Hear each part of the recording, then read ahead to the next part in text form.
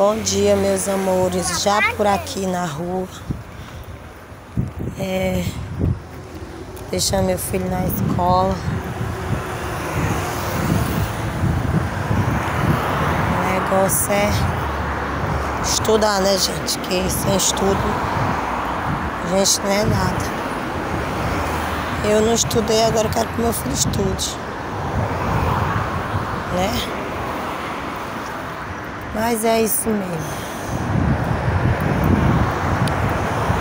Tem que acordar cedo, levar a criança na escola. Quando a criança chora, meu Deus, coração de mãe fica na mão. Oi? Não, nós vamos pra escola ali mesmo.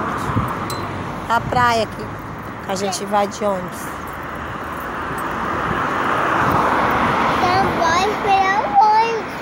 Nós não vamos pra praia agora. Vamos pra praia? Vamos pra escola.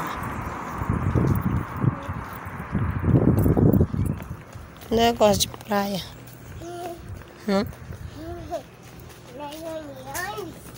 É.